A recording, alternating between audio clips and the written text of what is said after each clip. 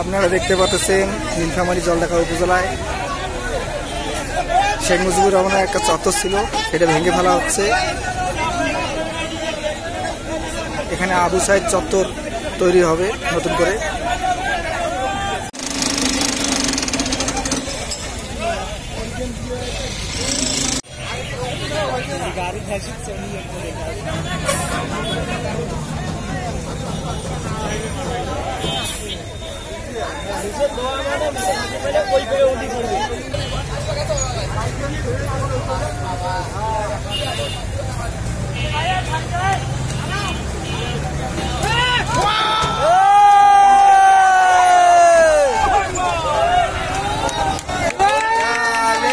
পড়ে গেল বঙ্গবন্ধু চত্বর।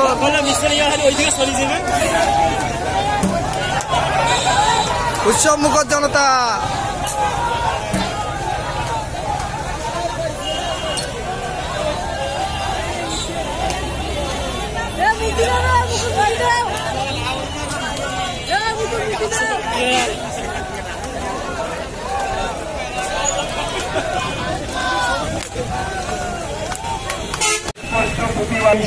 দেখতে পাচ্ছেন চট্টগ্রামে ভেঙে ফেলার পর নতুন নামকরণ করা হলো।